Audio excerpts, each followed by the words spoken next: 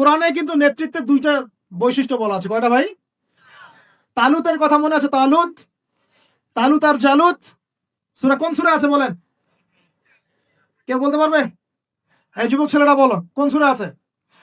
মাশাআল্লাহ, সূরা বাকারায়। বনু শোনেন, বনু ইসরাইল মুসা আলাইহিস সালামের পরের নবীকে বলছেন, ওই নবীর নাম ইউশা বিন নুন, যে হে নবী, আমরা আল্লাহর পথে জিহাদ করতে চাই। কি করতে চাই? ইউশা বিন নুনকে বনু ইসরাইল বলছে, আল্লাহর পথে আমরা যুদ্ধ করতে চাই, আমাদের জন্য নেতা দাও একটা।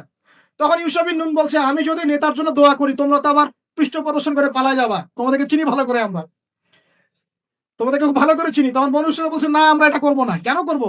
ওয়াকাদ উখরিজনা মিন দিয়ারিনা, আছে না সূরা বাকারায়? আমাদেরকে আমাদের ঘর বাড়ি থেকে বের করে দেওয়া হয়েছে, আমরা কেন পিছিয়ে পড়বো? তখন আল্লাহর কাছে তিনি দোয়া করলেন, আল্লাহ পাক তালুতকে নেতৃত্ব দিলেন। কাকে? তালুত।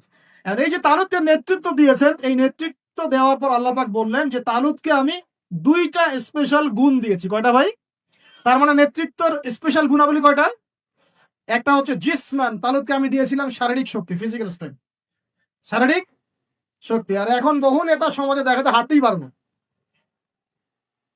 নেতা হওয়ার আগে আগে ফিজিক্যালি স্ট্রং হতো, তাই না ভাই? ফিজিক্যালি স্ট্রং না হতে পারলে নেতৃত্ব দিতে পারে?